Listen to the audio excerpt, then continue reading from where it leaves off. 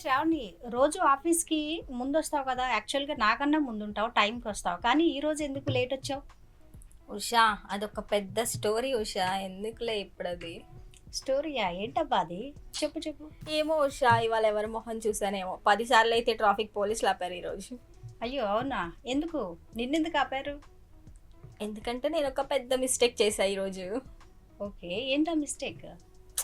నేను రోజు హెల్మెట్ పెట్టుకుంటాను ఉషా. అవును, పెట్టుకుంటావు. ఆఫీస్ కూడా ఆఫీస్ తీసుకొస్తావు. కాల్స్ వల్ల నేను ఏమో చూస్తాను. అయితే సడన్ గా హెల్మెట్ మర్చిపోయి రోడ్ ఎక్కేసా.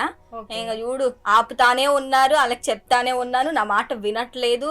డబ్బులు ఇస్తాను కూడా, డబ్బులు ఇస్తాను కూడా నన్ను వదలటలేదు. ఎందుకు నువ్వు మీడియా అని చెప్పలేదా? నీ ఐడి కార్డ్ చూపించలేదా? మీడియా అని చెప్తేనే ఉషా నన్ను ఎక్కువ తిట్టారు తెలుసా.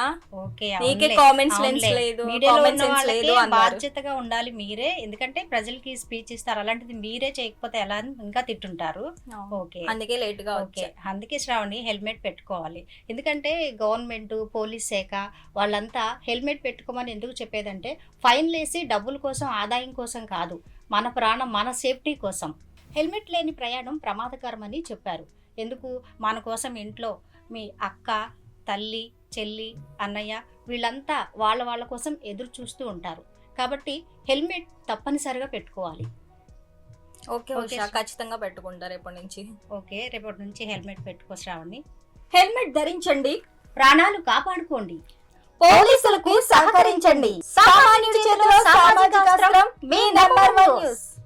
రోడ్లపై పెరుగుతున్న ద్విచక్ర వాహనాల ప్రమాదాలు, ప్రాణాలు కోల్పోతున్న ప్రజలు.